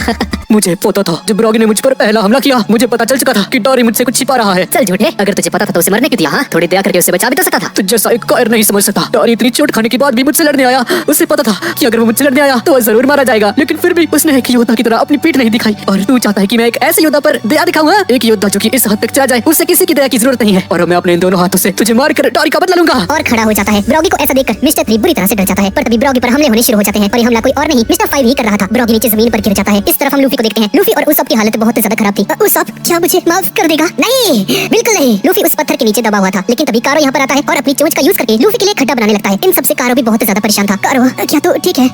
चल फिर साथ में मिलकर बदला लिया जाए। इस तरफ मिस्टर 3 समझ चुका था कि ब्रॉगी को पकड़ना इतना आसान नहीं है, इसलिए अपना एक खतरनाक अटैक यूज करता है। Wax wax arts handcuffs. अपनी बॉडी से और भी ज्यादा वैक्स निकालनी शुरू कर देता है और उसका यूज करके ब्रॉगी को फिर से पकड़ लेता है। अपनी वैक्स को हवा में फेंकता है और उसकी कीलें बनाकर ब्रॉगी के हाथ और पैरों में धंसा देता है। ब्रॉगी दर्द के मारे चिल्लाने लगता है, लेकिन मिस्टर 3 अभी भी हंसे जा रहा था। क्या बढ़िया नजारा है। ब्रॉगी सोच रहा होता है, 100 सालों से हम लोग लड़ते जा रहे थे ताकि एल्बाफ की शान कम ना हो। क्यों? आखिर ऐसा क्यों हुआ? एल्बाफ के देवता, अगर आपको हमारी जान लेनी ही थी तो हमें लड़ाई के बीच में ही मार देते। पर मेरे दोस्त डॉरी के साथ ऐसा क्यों हुआ? ये बहुत बड़ी नाइंसाफी है। क्या नजारा है, मजा ही आ गया। किसी को भी विश्वास नहीं हो रहा था कि इतना ज्यादा ब्रूटल और निर्दयी आदमी भी एग्जिस्ट कर सकता है इस दुनिया में। ओए बूढ़े आदमी, क्या अभी तुझमें जान बची हुई है? अगर हाँ तो चल इन्हें इनकी औकात दिखाते हैं। ज़ोरो अपनी तलवार बाहर निकाल लेता है और अपने पैरों को काटने लगता है, क्योंकि इस वैक्स से बाहर निकलने का सिर्फ यही एक रास्ता होता है इन लोगों को निपटाने के लिए। मुझे अपने पैरों की भी जरूरत नहीं है और वैसे भी मैं इतनी आसानी से मरने वाला नहीं हूँ। कम से कम ऐसे इस अजीब बालों वाला से तो बिल्कुल भी नहीं। ज़ोरो के इस पागलपन को देखकर ब्रॉगी भी मोटिवेट हो जाता है और लड़ने के लिए दोबारा से हिम्मत इकट्ठी करता है। किसी को भी विश्वास नहीं होता कि ज़ोरो सच में अपने पैर काटने वाला है। ये लोग सिर्फ बातें करना चाहते हैं। लेकिन तभी ज़ोरो अपनी तलवार उठाता है और अपने पैरों की तरफ मार देता है। लेकिन इससे पहले कि वो पूरी तरीके से अपने पैरों को काट पाता, तभी लूफी, कारो और उसॉप यहाँ पर आ जाते हैं। लूफी बहुत ज्यादा सीरियस लग रहा था। मैं तुम सभी को नहीं छोड़ूंगा। लूफी सबसे पहले इस पिलर को तोड़ो। ये क्या हो गया भाई तुम्हें? तुम वैक्स बनने वाले हो क्या? हम देखते हैं कि ज़ोरो के पैर से खून निकल रहा था, यानी कि ज़ोरो ने सच में अपने पैरों पर तलवार मारी है और लूफी मिस्टर 3 के साथ लड़ने के लिए तैयार हो जाता है। चलो इसे किया जाए। लेकिन जैसा कि हम लोग जानते हैं कि ये उसॉप एक नंबर का फट्टू आदमी है और कारो के साथ भागकर पेड़ के पीछे जाकर छुप जाता है। मिस्टर 3 अपनी बॉडी से वैक्स निकालता है डेडलॉक और लूफी के पैरों को बांध देता है और सभी लोगों की उम्मीद लूफी भी बहुत आसानी से पकड़ा जा चुका है। अरे यार, ये पकड़ा भी गया। साले लूफी किसी काम करिए तू। ये क्या यार, कितना हैवी है। मिस्टर 3 दोबारा से लूफी पर हमला करने के लिए आगे बढ़ता है और जब लूफी हवा में होता है तो अपने हाथों को बड़ा करके ब्रॉगी के हेलमेट को पकड़ लेता है और वहीं से गोल गोल घूमता हुआ उस कैंडल सेट को तोड़ देता है। लूफी को लगता है कि इसने इन सभी की हेल्प की है, पर इस बंदे ने सिचुएशन को और भी ज्यादा खराब कर दिया है। वो पार्ट जिसमें आग जल रही थी वो अब सभी के और भी ज्यादा करीब आ चुका है, जिसका मतलब है कि ये सभी लोग और भी ज्यादा जल्दी स्टैचूज बनने वाले हैं। नामी को सांस लेने में दिक्कत होने लगती है। सबकी हालत बहुत ज्यादा खराब थी। उसॉप पेड़ के पीछे से अपनी गोली निकालता है और मिस्टर 3 के ऊपर हमला करता है, लेकिन इससे पहले कि उसॉप का अटैक मिस्टर 3 को जाकर लगता, मिस्टर 5 यहाँ पर आकर उसॉप के उस गोली के हमले को खा जाता है। क्या बकवास गोली है। मुझे लगता है तूने चोर बाजार से खरीदी होगी। इसमें गन पाउडर की मात्रा बहुत ही कम है। प्रिंसेस वीवी लूफी से हेल्प मांगती है। लूफी प्लीज मेरी मदद करो। लूफी अपने हाथों को दोबारा से बड़ा करता है और उस सर्विस सेट को तोड़ने लगता है कि तभी मिस्टर 3 इसके सामने एक वैक्स की दीवार खड़ी कर देते हैं। मेरे रास्ते में मत आओ। ये बात तो मुझे कहनी चाहिए। और लूफी पर हमला करता है। लूफी के एक हाथ को बांध देता है, लेकिन लूफी इस चीज का यूज करता है मिस्टर 3 के खिलाफ। मिस्टर 3 इसके अटैक से बचने के लिए एक और दीवार खड़ी करता है, लेकिन लूफी का हाथ जब उस दीवार पर लगता है तो ये दीवार टूट जाती है और मिस्टर 3 उड़ते उड़ते दूर जाकर गिरता है। अब लूफी के पास एक बढ़िया मौका है इन सभी को आजाद करने का, लेकिन लूफी कहता है पता नहीं क्यों, लेकिन मेरा मन नहीं कर रहा तुम लोगों को बचाने का। सभी लोग ये सुनकर शॉक्ड रह जाते हैं। मजाक करना बंद करो लूफी। पता नहीं क्यों, पर मेरा मन नहीं कर रहा तुम लोगों को बचाने का। अबे लूफी ये क्या कर रहे हैं? जल्दी बचा हमें। वो सभी इस चीज को देख रहा होता है, लेकिन उसे भी कुछ भी समझ में नहीं आ रहा था कि आखिर ये सब चल क्या रहा है। और तभी मिस्टर 5 इसके सामने आता है और बताता है, और मान ले अब वो तेरा दोस्त नहीं रहा, वो हमारे जाल में फंस चुका है। हाँ, इसने सही कहा। देखो जरा वो कहाँ पर खड़ा है। और हम देखते हैं कि लूफी एक ब्लैक सर्कल के ऊपर खड़ा होता है, जो कि शायद से किसी तरह का कर्ज है। पर इसी बीच मिस्टर 5 उसॉप पर हमला कर देता है, लेकिन कारो और उसॉप यहाँ से भाग जाते हैं। कारो डर के मारे इतनी तेजी से भागता है कि उसॉप को बिठाना ही भूल जाता है और यहाँ तक कि जब ये उसॉप को भागते हुए देखता है तो कारो और भी ज्यादा डर जाता है और भी ज्यादा तेजी से भागने लगता है। लूफी की हालत देखकर प्रिंसेस वीवी समझ जाती है कि ये सब कुछ मिस गोल्डन वीक का किया रहा है। मिस गोल्डन वीक वही छोटी सी बच्ची है जो कि मिस्टर 3 के साथ रहती है। यानी कि धोखे का रंग तुम्हारे दोस्त अब तुम्हारे दुश्मन है लूफी। ओए लूफी वहाँ से हट जा। नहीं लूफी वहीं पर खड़े रहो और हमें मत बचाना। लूफी इनकी बात नहीं सुनता है और उस ब्लैक सर्कल से हट जाता है और लूफी अपने होश में आ जाता है। और ऐसे ही जब दोबारा से इनको बचाने वाला होता है तो मिस गोल्डन वीक लूफी पर येलो कलर लगा देती है, जिसकी वजह से लूफी पागलों की तरह हंसना शुरू कर देता है। ये देखकर सभी लोग बहुत ज्यादा गुस्सा हो जाते हैं, लेकिन जब उसॉप और कारो भागते भागते यहाँ पर आते हैं तो सभी लोग लूफी से टकरा जाते हैं, जिसकी वजह से वो पीला रंग हट जाता है और लूफी दोबारा से उस सर्विस सेट को तोड़ने के लिए आगे बढ़ता है। Miss golden week red colour लगा देती है और जिस तरह से लाल रंग को देखकर एक बुल उसके पीछे जाता है, वैसे ही लूफी के सारे अटैक उसी लाल रंग के ऊपर जा रहे थे। कम बज़ूका, ये क्या हो रहा है भाई? लूफी अपना अटैक परफॉर्म नहीं कर पा रहा था। इसके बाद मिस गोल्डन वीक लूफी के ऊपर ग्रीन कलर लगा देती है और इतनी सीरियस सिचुएशन में भी लूफी बैठकर चाय पीने लगता है। लूफी गधे ये क्या कर रहा है? पिकनिक पर आया हूं मैं। बेवकूफ लूफी, मैंने कहा था ना तुमसे, तुम लोगों को भी एक मस्त पोज बना लेना चाहिए। इस लूफी के बस की कुछ नहीं। तुम इतना शांत कैसे रह सकते हो ज़ोरो? क्या तुम्हें डर नहीं लग रहा? और इस तरफ कारो और उसॉप मिस वैलेंटाइन और मिस्टर 5 से बचकर भाग रहे होते हैं और मिस्टर 5 अपने कोट में से एक गन निकालता है, .44 कैलिबर की 6 शॉट फ्लिंट लॉक रिवॉल्वर। मैंने कभी सोचा नहीं था कि मुझे इन चिंदी लोगों पर इसका इस्तेमाल करना पड़ेगा। और जब उसॉप इन सभी के पास दोबारा से आता है तो उसॉप जो देखता है उसे देखकर हैरान रह जाता है। सभी लोग स्टैचू बन चुके हैं और देखता है कि लूफी इस तरफ बैठा हुआ था और चाय पी रहा था। और चाय पीते हुए लूफी के चेहरे पर बहुत ज्यादा गुस्सा था। कितनी स्वादिष्ट चाय। और लूफी बहुत ज्यादा गुस्से में होता है क्योंकि किसी को भी नहीं बचा पाया और सभी लोग स्टैचूज बन चुके हैं। उसॉप को ये देखकर बहुत ज्यादा गुस्सा आता है और लूफी पर हमला कर देता है और लूफी जलने लगता है। ये क्या कर रहे हो तुम बेवकूफ? मिस वैलेंटाइन को लग रहा था कि ये सभी लोग पागल हो चुके हैं, अपने ही साथियों पर हमला कर रहे हैं, लेकिन उसॉप की इस मूव की वजह से लूफी की शर्ट जल जाती है और उसॉप का ही एक आइडिया होता है और इसी के साथ लूफी की बॉडी से वो ग्रीन मार्क हट जाता है और दोबारा से अपने होश में आ जाता है। मुझे बहुत गुस्सा आ रहा है, मैं तुम में से किसी को नहीं छोड़ूंगा। लेकिन इसी बीच उसॉप के ऊपर हमला होता है और ये हमला मिस्टर 5 ने किया था और इस हमले की वजह से उसॉप बहुत ज्यादा जख्मी हो जाता है। इस तरफ हम सांजी को देखते हैं। भाई ये बंदा गायब है, क्या कर रहा है भाई? इतनी घमासान फाइट चल रही है और ये बंदा पता नहीं कहां गायब है। ये काफी अजीब है, कितनी देर हो चुकी है, ये लोग अभी तक वापस नहीं आए। लगता है मुझे इन्हें ढूंढने जाना होगा। हे नामी, क्या तुम वहां पर हो? हेलो, आई लव यू नामी। और सांजी जब जंगल में सबको ढूंढ रहा होता है तो तभी उसे सामने वही वैक्स वाला घर दिखाई देता है। ये क्या है? और इस तरफ मिस्टर 3 एक बहुत खतरनाक से सूट के अंदर चला जाता है जो कि वैक्स से बना हुआ है और इसे देखकर लूफी इंप्रेस हो जाता है। भाई अपने दोस्त को बचा ले लूफी, मेरे ऊपर कलर्स करके मेरी ताकत को और भी ज्यादा बढ़ा दो। सूट का कलर चेंज हो जाता है और पहले से बहुत ज्यादा खतरनाक हो जाता है। लूफी और मिस्टर 3 के बीच में एक खतरनाक फाइट होनी शुरू हो जाती है और दूसरी तरफ जहां पर उसॉप बैठा हुआ था उसके हाथ में थोड़ी सी वैक्स गिर जाती है और जब सर्विस सेट को देखता है तो उसॉप के दिमाग के अंदर एक आइडिया आता है। ये चीज पहले मेरे दिमाग में क्यों नहीं आई? हे लूफी, कहीं से आग का अरेंजमेंट करो, आग वैक्स को पिघला सकती है, मैं इन सभी को बचा सकता हूं। क्या सच में? तुम्हारी सारी कोशिशें बेकार हैं। वो लोग 30 सेकंड से ज्यादा और जिंदा नहीं रह सकते, उनका दिल काम करना बंद कर देगा और ये सभी लोग मर जाएंगे।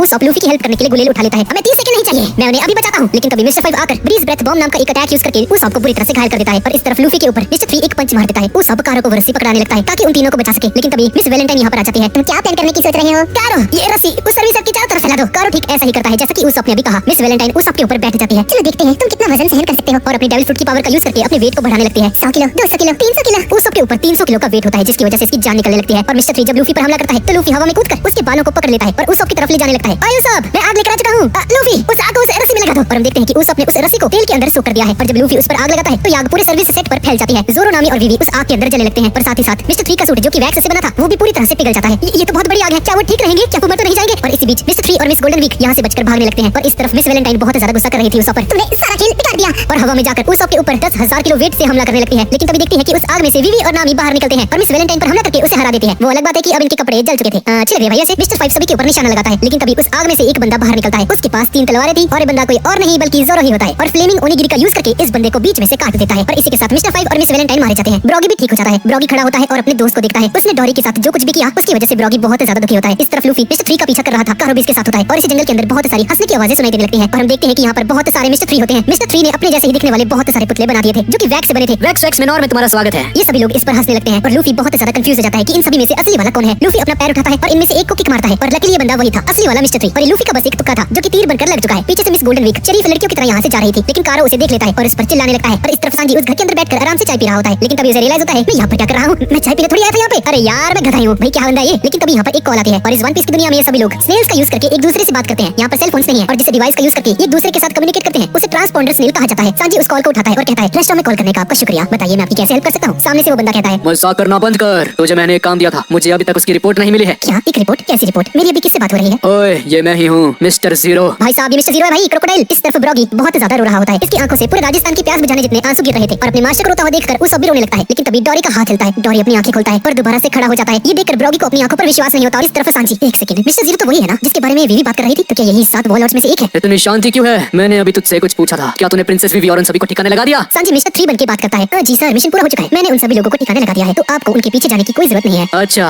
बहुत बढ़िया। लकीज मेरे पास पहुंच चुके हैं और उनके साथ मैंने अलाबास्ता का इटर्नल पोस्ट भी भेजा है। तू और मिस गोल्डन वीक यहाँ पर जल्दी से आ जाओ। अब समय आ चुका है कि हम अपने मिशन को पूरा करें। अलाबास्ता पहुंचने के बाद बाकी की डिटेल्स तुम्हें पता चल जाएंगी। तब तक के लिए मेरे ऑर्डर्स का इंतजार करो। और तभी अनलकीज यहाँ पर आ जाते हैं। और जब देखते हैं कि मिस्टर 3 की जगह पर कोई अजनबी बंदा बैठा हुआ है तो ये दोनों सांजी पर हमला कर देते हैं। सांजी इनके हमले से बचता है और उस अजीब से रकून को एक ही रात में सुला देता है। और जब ये ईगल सांजी पर हमला करती है तो सांजी हवा में उड़ता है और अपने पैरों का यूज करके इसकी गर्दन को मरोड़ देता है और इन दोनों का खेल खत्म कर देता है। ये आवाज कैसी थी? अरे सर, कुछ नहीं। वो स्ट्रॉ हेड पायरेट्स यहाँ पर आ गए थे, पर आप चिंता मत कीजिए, मैंने उन सभी को निपटा दिया है। तो वो अभी तक जिंदा थे? हाँ, यानी कि तूने मुझसे झूठ कहा। नहीं सर, चिंता मत कीजिए, अब सब कुछ सही है। वो लोग काफी स्ट्रॉन्ग थे पर मैंने उन सभी को निपटा दिया है, तो अब आपको उनके पीछे जाने की कोई जरूरत नहीं है। ठीक है, अब सीधा अलाबास्ता आ जाओ। इस तरफ डोरी और ब्रॉगी को देखते हैं। डोरी को जिंदा देखकर ब्रॉगी बहुत ज्यादा खुश हो जाता है और ये सभी लोग भी। ये तो एक चमत्कार है, ये दोनों एक दूसरे के गले मिलते हैं। एल्बाफ के देवता, आपका बहुत बहुत शुक्रिया। और इस तरफ क्रोकोडाइल अभी भी सांजी को मिस्टर 3 समझ रहा है। मैं नहीं चाहता कि नेवी के लोग अब हमारी बातें सुने, तो अब से हम लोग चिट्ठी के जरिए बात किया करेंगे। और ऐसा बोलकर फोन काट देता है। क्रोकोडाइल अपनी जगह से उठता है और हम देखते हैं कि यहाँ पर एक असली का क्रोकोडाइल भी होता है। मिस ऑल संडे भी यहाँ पर होती है। क्रोकोडाइल इसे ऑर्डर देता है, मिस्टर 2 को लिटिल गार्डन भेजो और मिस्टर 3 को रास्ते में ही मार देना। मुझे अब उसकी कोई जरूरत नहीं है। और इस तरफ सांजी यहाँ से जाने लगता है। लेकिन तभी देखता है कि जमीन के ऊपर कुछ पड़ा हुआ है और ये कुछ और नहीं बल्कि इटर्नल पोज होता है जिसके अंदर अलाबास्ता जाने का रास्ता स्टोर है। इस तरफ हम इन सभी को देखते हैं। प्रिंसेस वीवी इन सभी से माफी मांगती है। मुझे माफ करना, यहाँ पर जो कुछ भी हुआ उसकी जिम्मेदार मैं हूँ। जो कुछ भी हुआ उसमें तुम्हारी कोई गलती नहीं है वीवी। और लूफी, उसप और कारो आराम से बैठकर चिप्स खा रहे होते हैं। इतना सब कुछ होने के बाद भी इनके चेहरे पर एक स्माइल होती है। नामी की बॉडी पर कुछ अजीब से निशान आ जाते हैं और तभी सांजी यहाँ पर आ जाता है। नामी, वीवी, और कैसे हैं आप लोग? और जैसे ही इसकी नजर उन्हें जायंट्स पर जाती है तो इसे लगता है कि ये लोग मिस्टर 3 हैं। ये क्या है? क्या तुम ये मिस्टर 3 हो? अरे नहीं, ये मिस्टर 3 नहीं है सांजी। जब सांजी नामी को इस हालत में देखता है तो इस पर फिदा हो जाता है। नामी सान, कितने क्यूट लग रहे हो। नामी इसे एक पंच दिखाती है। कुछ कह रहा था तो सांजी अभी है? अरे नहीं, मैं तो मजाक कर रहा था। और उसे अपना कोट पहना देता है और इन सभी को बताता है थोड़ी देर पहले मेरी बात 0 से हुई। प्रिंसेस वीवी ये सुनकर हैरान हो जाती है। तुमने बॉस से बात की? सांजी इन सभी को सारी बातें बता देता है कि कैसे क्रोकोडाइल इसे मिस्टर 3 समझ रहा था और कैसे इसने झूठ बोला कि ये सभी लोग मारे जा चुके हैं। उस सब सुनकर खुश हो जाता है। फाइनली अब हमें डर नहीं जीना पड़ेगा। और सांजी इन सभी को वही चीज दिखाता है, इटर्नल लॉग पोज। सभी लोग इसे देखते हैं और ये अलाबास्ता जाने का इटर्नल पोज होता है। ये देखकर सभी लोग हैरान हो जाते हैं और इनके मुंह इतने बड़े-बड़े खुल जाते हैं क्योंकि सभी लोग इसी चीज को ढूंढ रहे थे। लूफी ये देखकर बहुत ज्यादा खुश हो जाता है। ये तो इटर्नल पोज है अलाबास्ता का। प्रिंसेस वीवी खुशी के मारे